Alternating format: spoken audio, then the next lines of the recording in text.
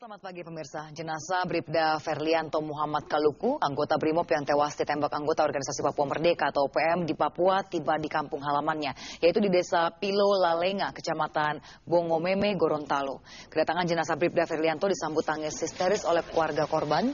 Bahkan ibunda Ferlianto sempat mengamuk dan pingsan karena tidak kuasa menahan kesedihan. Menurut pihak keluarga, Bribda Ferlianto ini baru setengah bulan bertugas di Papua. Sebelum meninggal, Bribda Ferli sempat menelpon adiknya selama 4 jam lamanya. Keluarga mengaku tidak mengira Bribda Ferli tewas ditembak.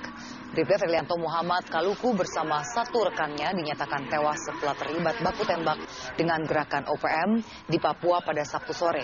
Pihak keluarga berharap aparat segera menangkap pelaku penembakan dan juga menghentikan aksi gerakan separatis di Papua.